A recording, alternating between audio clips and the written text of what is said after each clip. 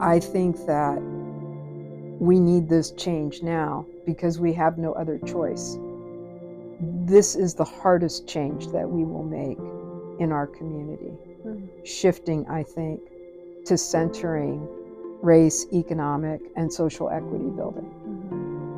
Because it's the most uncomfortable, it's the most unknown, and potentially there will be perceptions that some people will be, giving up, forced to give up some of their power and privilege.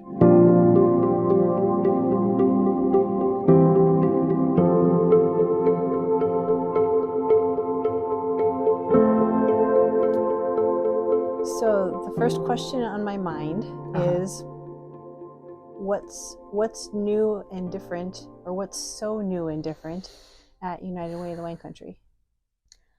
Well, to make what's new and different about United Way of the Wine Country make a little sense, it's probably a good idea to share a little bit about where we came from. So we're about 55 years old now. We were founded by Henry Trioni, a local giant among business people and philanthropists. He and Henry's Angels, I'm told, came together to create United Way of the Wine Country back in, I want to say, 1967 or so. And when they did that, what they were creating was a community chest, a way particularly for businesses to come together, invest in the charities that were doing important work that were here at that time, and build community, meet local needs over now many iterations of many strategic plans and changes in our understanding of the landscape of needs in our community and the world. We didn't know what we didn't know 55 years ago. There are things that we know now, and that experiences that we've shared commonly, like the pandemic, and before that, multiple wildfires and flooding throughout our 5-county region, that most particularly adversely affects the people with the fewest resources. So people who are living not only below, it's not just that they're living at the poverty level, they're living at what's called the real cost measure and below that. They don't have enough to make ends meet. And this is an expensive ecosystem. Many of the folks that we're now serving are very housing burdened. They're spending 30% or more on their housing alone. And their average income is something like $50,000 short of what it really costs to live in Sonoma County, and the rest of the region for that matter. Yeah. So that's all led up to this moment where there's we're doing some of the same work that Henry started 55 years ago, and we're stepping into some new uncharted territory in our community. So can you talk a little bit about that question? What's so new and different? Well, so I think that the big thing that has emerged is that we have a much more solid understanding now about how economic and race equity play into whether or not families have the resources that they need to thrive and have a beautiful life in this community. And where we've landed is that there are about 75,000 households in our region that are not thriving because they are experiencing economic and race barriers to their capacity to access resources and support. Looking at the stats that come out of United Way's Real Cost Measure report, what we see is that 1 in 2 Latino families are struggling to make ends meet. The same is true for African American and Black families, also true for Native American families, Interestingly, 7 in 10 households led by single moms, and 5 in 10 households led by single dad, irrespective of race, but more disproportionately represented by BIPOC people, Black, Indigenous, people of color. They are really struggling, and that is because racism and classism are so inextricably linked, historically and systematically, not just in this area, across our country. Mm-hmm. So, in what ways is United Way of the Wine Country rising to this monumental occasion? Like we see that there's all this injustice and inequity happening in our community. We're aware of it. What's the shift in evolution for United Way of the Wine Country to address it? Well, two major areas of community investment focus for us are 211 and Earn It, Keep It, Save It, our free tax preparation service. So 211 is available to absolutely anybody, irrespective of their household income. It's available 24/7 and in 150 languages. And it's available 24/7 in disasters too. So folks can contact 211, dial 211, go on our website, text 211 211 to get access to information for resources that they may need or somebody close to them may need whenever they need it. Earn It, Keep It, Save It, our free tax preparation program, is available for households earning around $79,000 or less. And that free tax service is a proven method of helping people access all the money that they've earned and at no cost to them, and put it in their pocket, save it for a rainy day, invest it in the things that they need right now. It's going to help them and their families do what they need to do today. And just as importantly, every dollar they put in their pocket and then invest in a local company, it generates $12 in economic activity for the community.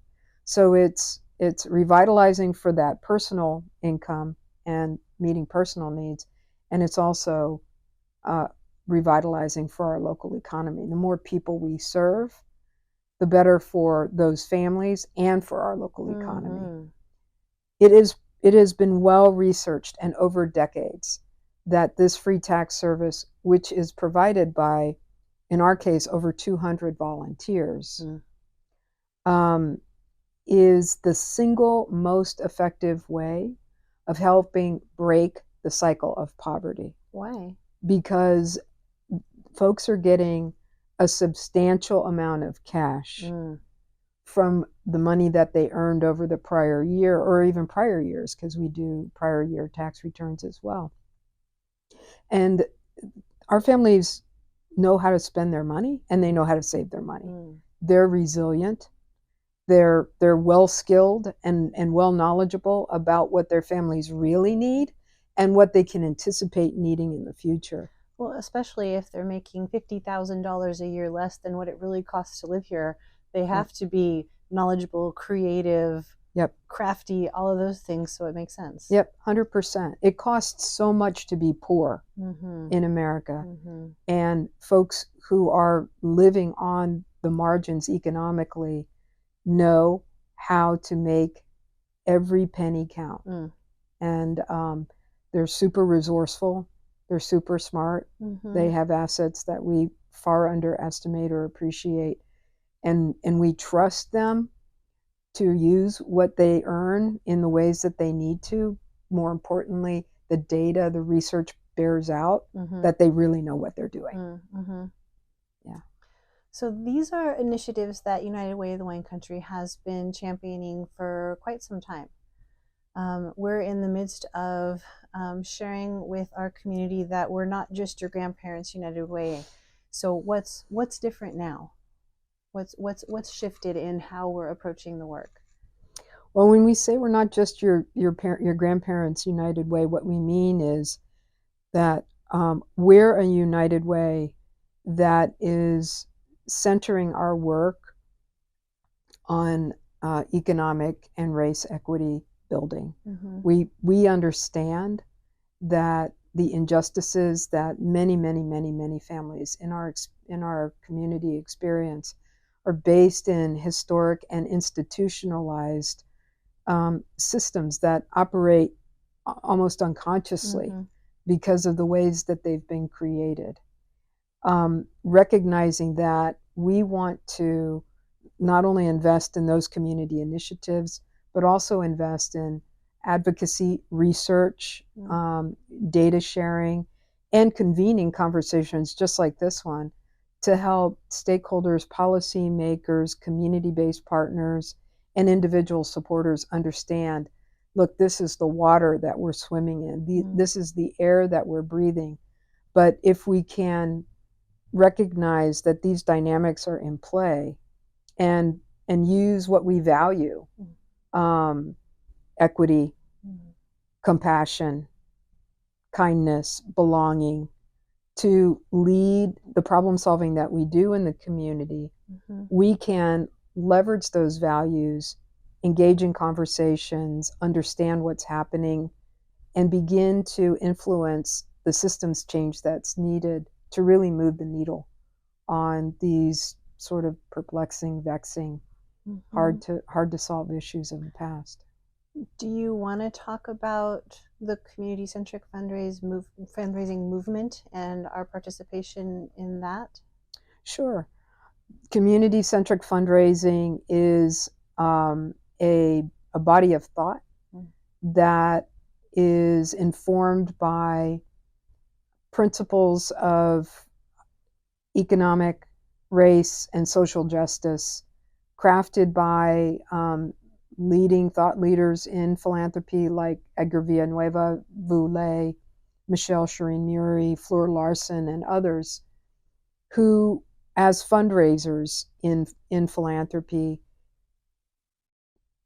became unbelievably uncomfortable with the dynamic that has been in play, where philanthropy and nonprofits are rewarded for spending as little as possible on their organizational capacity, for doing what they can to raise money, but not necessarily focusing the needs and the interest of the people that they wanted to serve. They were really focusing the needs of the people whose money they were trying to attract to the cause. And we keep throwing good money after problems, but not really getting to the solutions, because we're not actually engaging the people who are living with the problems, and seeking their design, their guidance. It's a little bit complicated. It's a little bit hard to explain, but it's a new approach to thinking about how we do what we do. The pieces that come up for me as you're talking are that community-centric fundraising is an alternative to donor-centric fundraising. 100%. So yeah. that's one way to look at it, is that it shifts philanthropy from being in a position to make sure that the donors' needs are being met, to meeting the donors' needs by ensuring that their money is meeting the community's needs. Yep. So that's one piece of it. And then the other piece that you were reminding me of is the philosophy of nothing about me, for me, without me. Right. And that piece of really involving participants in the work our community is doing to fix the problems, it becomes not inclusive, right? Inclusive is come over here and do this thing that we're doing, but actually brings us to the kitchens and living rooms of the folks that we're serving and saying, what do you need? How can we do this with you? What does it look like? Right. And that feels really important. Yeah. It's thank you for framing it that way. It's unifying. Right? It's It is about creating belonging.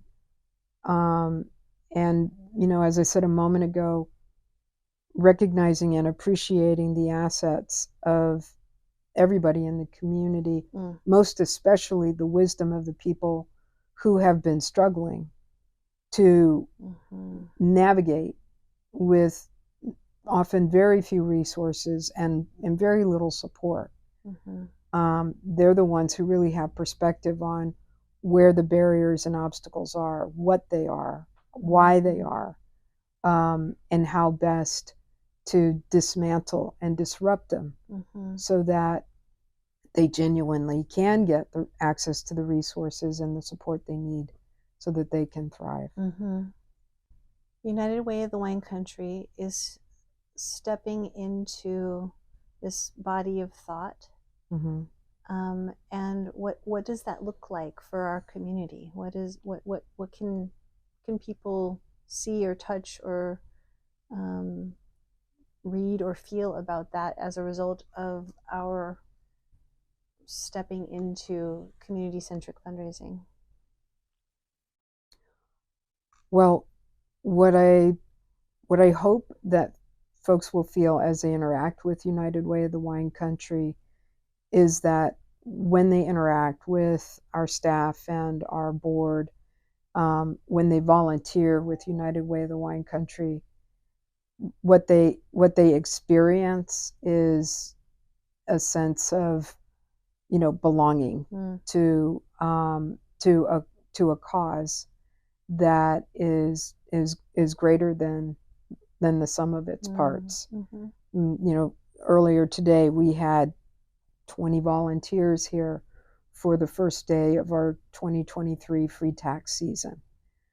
And, to a person, as I walked around the office this morning and saw our volunteers and our clients working together at the computers, what I could see is, this coming together of these people who probably live very, very different lives, but coming together in the shared purpose of helping make sure that the person who is coming for that tax assistant got an experience that was respectful, easy, dignified,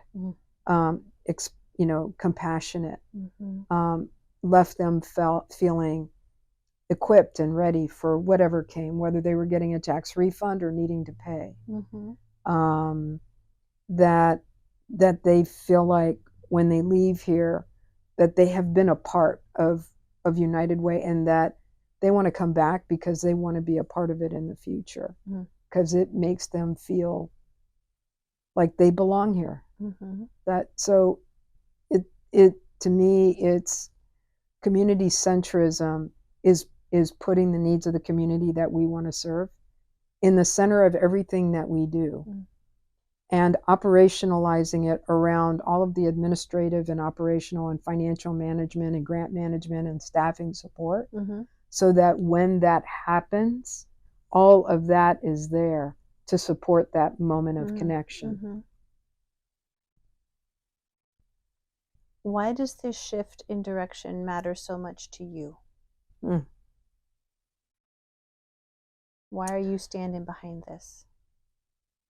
Well, so let's see, it's 1984 is when I graduated from college. 1988 is when I graduated from law school and started my professional career. So I am creeping up on being a professional in public service for virtually the entirety of my career. I'm creeping up on 40 years of work in public service. And I have learned a lot over my career, but a lot of what I've learned about what is broken in our world is that we need system change approaches to address what's wrong. And I'm convinced that those systems changes need to address race, economic, and social inequity. That it needs to start with my own self-awareness building. And then I need to bring that into the work that I do as a professional and as a community leader.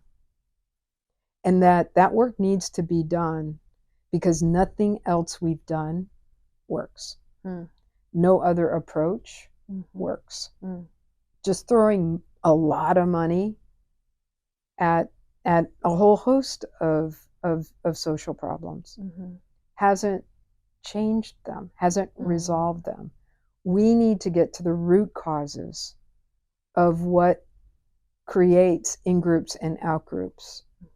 What makes it easy for some to have everything and for many to have so little and struggle and feel like they're getting further and further behind and more left out. I think that we need this change now because we have no other choice. This is the hardest change that we will make in our community. Shifting, I think, to centering race, economic, and social equity building. Because it's the most uncomfortable. It's the most unknown. And potentially there will be perceptions that some people will be, giving up, forced to give up some of their power and privilege. When in truth, what's happening is that there's all kinds of power and opportunity available when we begin to work together and share. I think, belonging is the through line for me, and this is the smartest way to build belonging. Based on what I've learned over nearly 40 years of working mostly in this community. Do you have advice for people who want to enter into this conversation? Yes, my advice is, follow your heart. Join the conversation. Don't be afraid of what you don't know. All of us are new, exploring all of these concepts. I mean, every day I feel like I'm connecting new dots. So my advice is, join the conversation, and know that if you are feeling so inspired, so moved to join the conversation, even if it's just to go online and do some research, or pick up a book or listen to a podcast, just you by yourself, or just light a candle and meditate on a question. Like, is all this true? Or is this fake news? Open your eyes and look around. Walk in a neighborhood that you've never visited before and see what's happening. Be brave enough to do that and follow your heart. That might be the easiest and the simplest way. And then seek out United Way.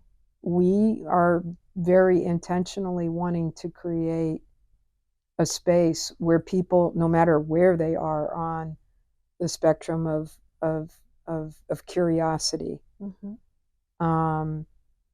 to come and engage here. Let us be a partner in your explorations and the learning that you create for yourself. Let us gently and compassionately point you in the direction of resources and a whole community that is struggling like you are to make sense of everything that we see.